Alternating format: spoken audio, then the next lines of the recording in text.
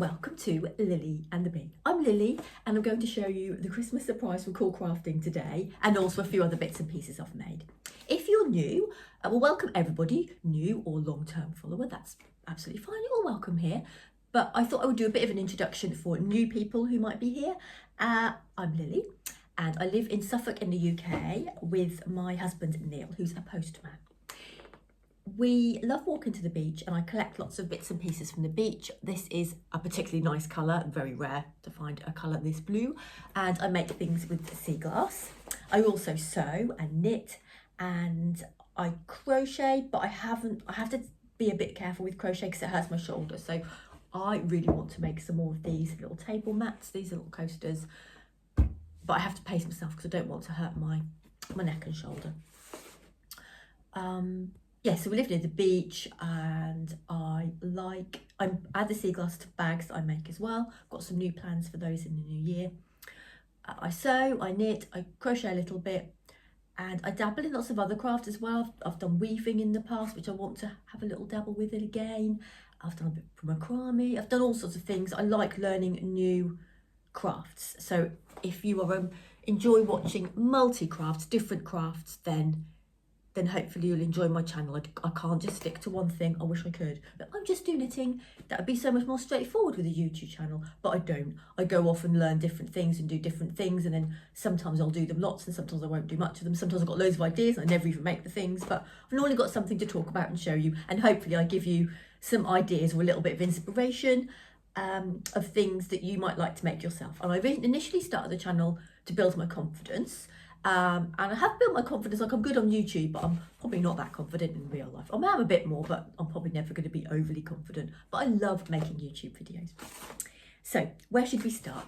With the Cool Crafting Christmas surprise, which I ordered from Cor Crafting in, maybe it was October. You have to pre-order it and you prepay for it, and then it comes in December. And the idea is, as the label says, do not open until the 25th of December. So I'm not very good at not opening things at Christmas. So as a child, I would open all my presents or peep in them all before morning even arrived. I was quite naughty. So Neil, my husband, hid it for me. And then I did open it on Christmas Day. And even though there's a little bit of fur sticking out, I didn't tell anybody that because it's a little bit of fur. I didn't know what it was. I thought it might be a robin redbreast. And then on the night before, I dreamt it was an elephant, even though the elephants don't really have fur, do they? With a thing on its back, like a pattern thing on its back. But it isn't that either. But I'll show you in a minute.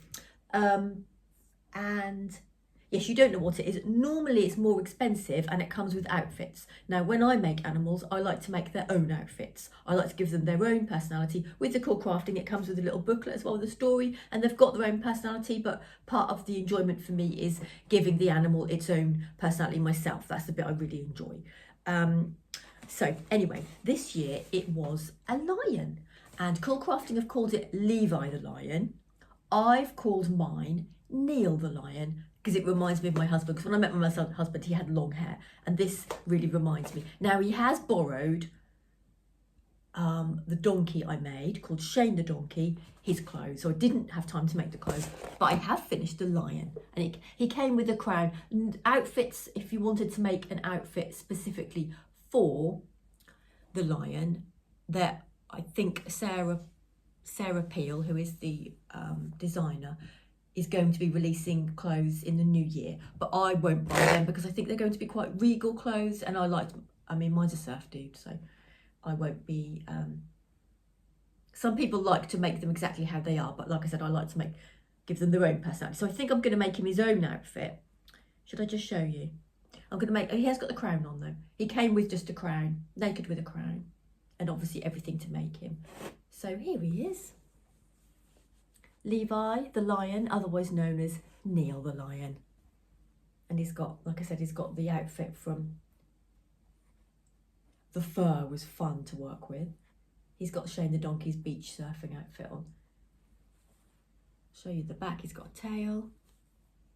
Fluffy tail. So he was quite straightforward to make. The only thing I wish I'd pressed in the eye too much, so he's kind of got a bit of an eye.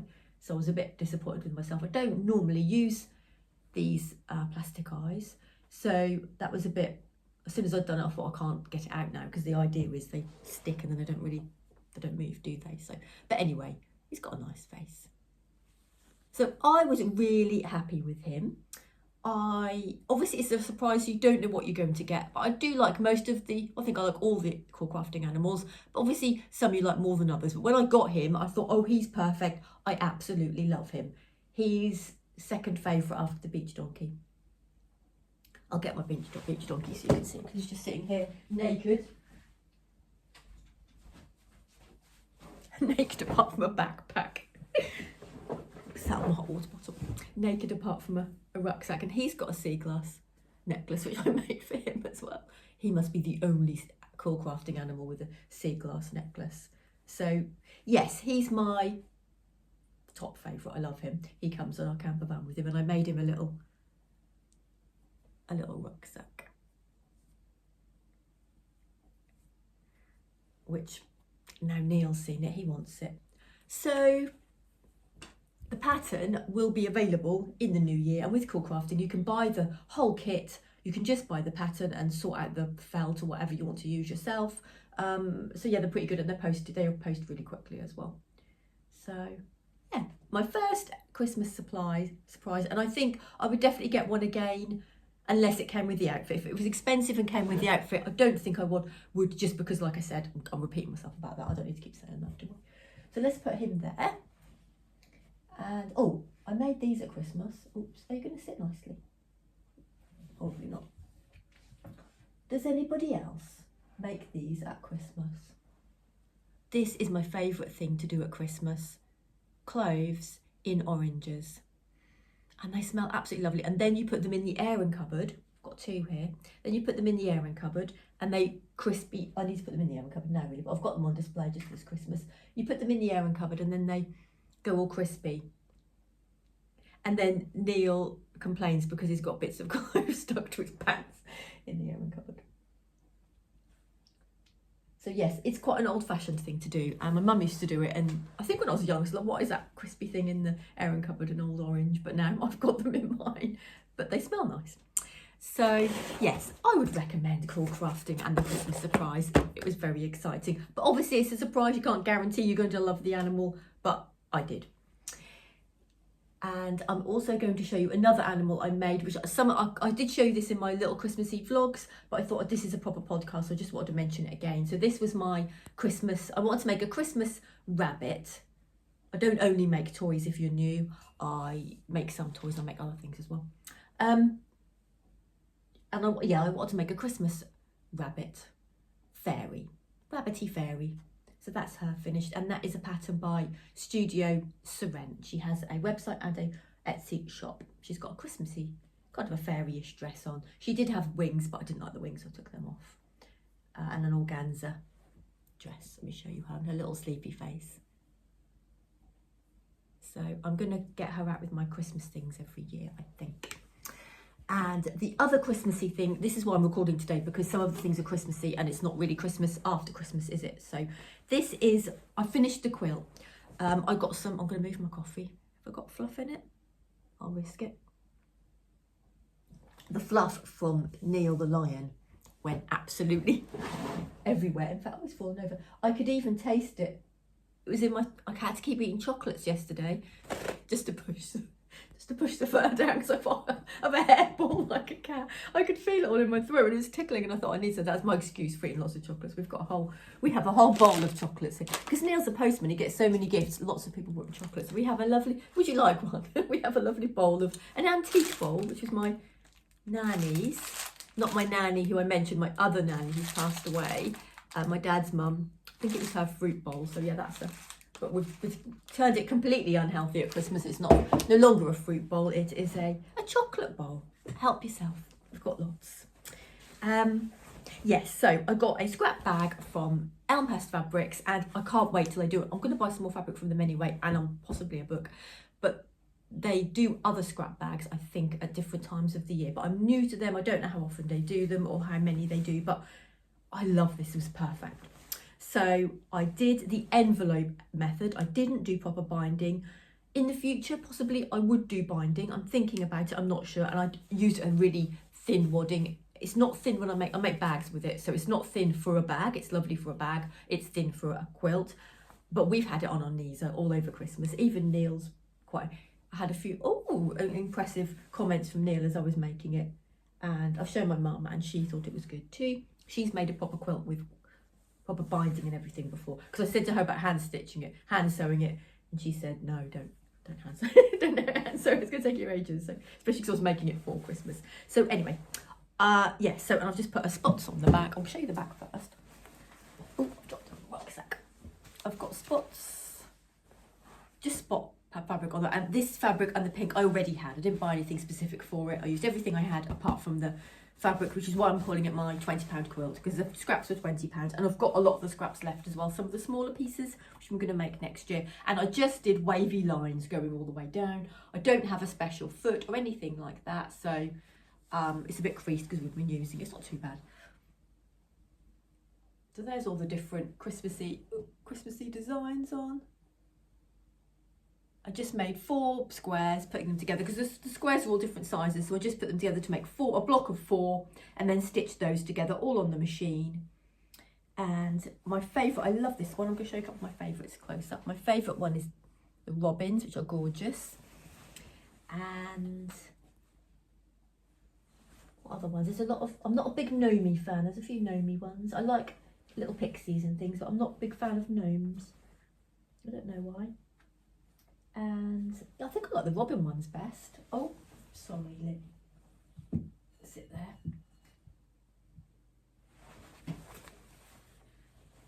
Oh, the mushroom. Yeah, the one with the mushrooms on. I really like that one as well. But some of the smaller ones have got more whimsical characters on, which instead I've saved from, I'm going to make myself a bag, I think, next year. And I did just put a little, he's on the floor now. I did just put a little handmade label on, which I'd got in my stash myself as well. So I am really, really pleased with that. Loved making it. Let me sit down and talk to you. I think he's had too much Christmas sherry, he keeps falling off.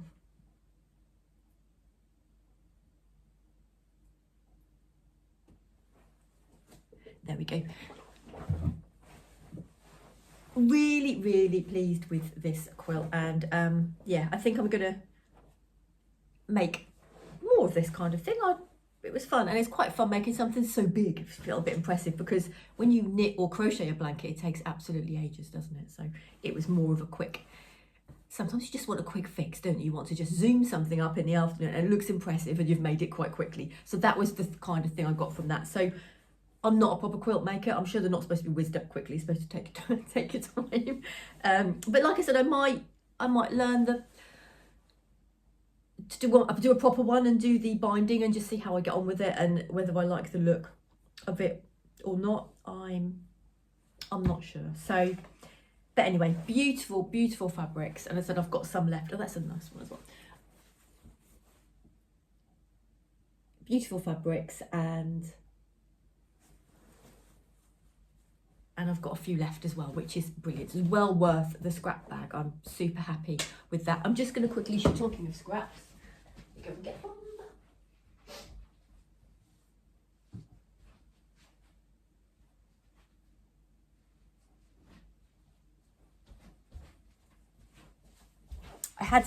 I was kindly gifted an advent with loads and loads of, well, 24, which is loads, of little scrap balls in, and I did open them on some of my Vlogmases, but then I stopped recording a few days before Christmas, so there was a few spare, which I can't remember which one. There they are all together, and 24 was big, and that was exciting. It was twice the size, so I know that one was 24. And a couple of my favourites are the glittery ones. I absolutely love these ones. They are beautiful. So that's something in the new year. I'll be knitting something scrappy with those, because that's what I really wanted to do, make a scrappy. I wanted to make a yarny scrappy project. So, I mean, maybe if I buy and make and get into my knitting more in this new year, I'll have my own, enough to do my own little, all those spare balls myself, depending on how many I buy, but maybe not 24 skeins. I don't know whether I'd have that many.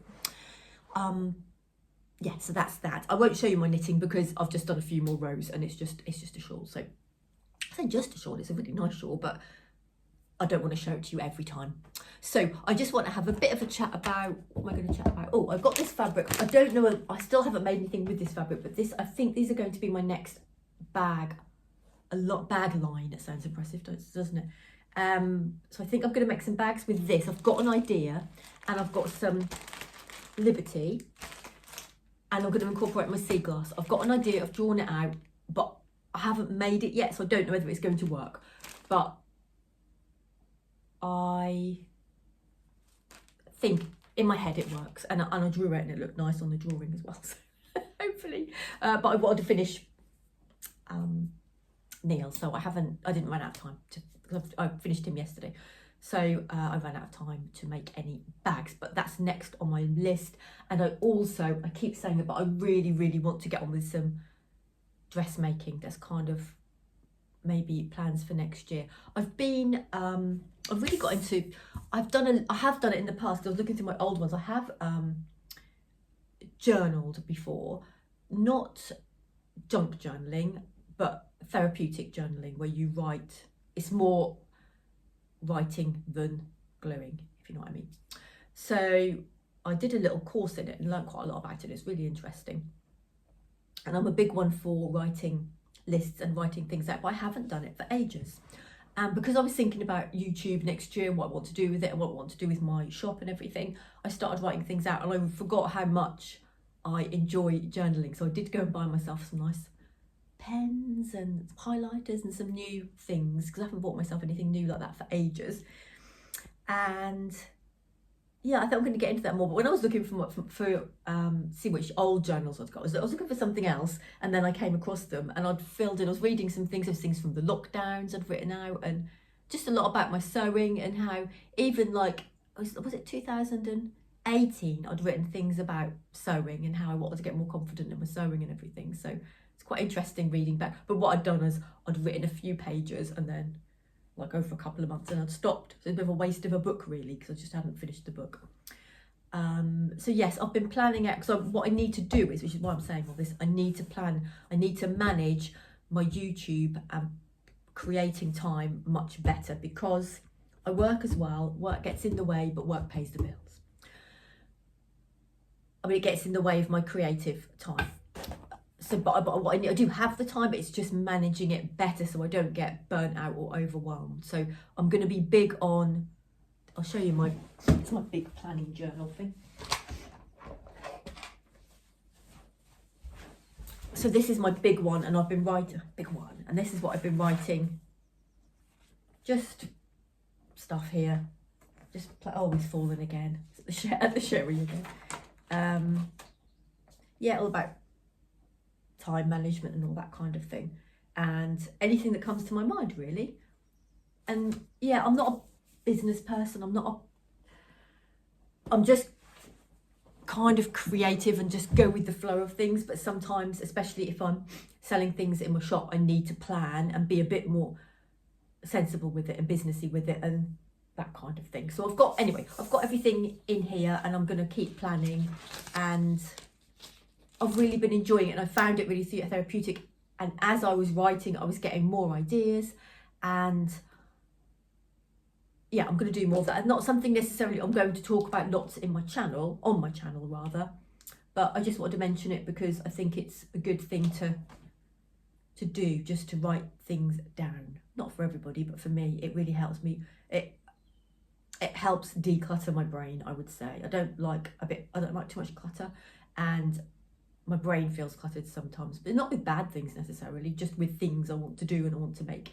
So it's a good way of decluttering. So I need to stick to that. So hopefully I will. Also with the videos, I've been thinking about, I really want to make them like I was doing before, every 10 days or every week. But I don't always have enough things to make. I haven't always made enough things. That's the problem. It's not the making the videos, although the editing and everything is rather time consuming. It's that I then don't have the time to make the things because I'm using my time to make the videos. So I might keep that up, making them regularly, but then it will be more me chatting about things, or maybe some patterns I've seen, or I don't know what I've maybe talking about something I don't know, what do you think? I don't know. Is it better to do less videos but I've got more to show you, or keep them more regular but I've got less to show you? Does that make sense? I'm not sure. I'd rather make them regularly, because I like making them. I like doing it. I think it's good for me to do them as well, and it keeps me kind of not going, but it keeps me I don't know what the word is. It keeps me it's easier. The more I do it, the easier it is to do it as well, and it keeps my creativeness going. It keeps my creativeness going. That's what I'm trying to say. I just want to say also, I forgot to say at the beginning, thank you so much, Sue, for the Ko-fi coffee. Really appreciate it. It's really kind of you. And I'm going to go now. I will see you all very, very soon. I hope you're all well. Take care. Hope you get a little bit of time to do some crafting, and I'll see you soon.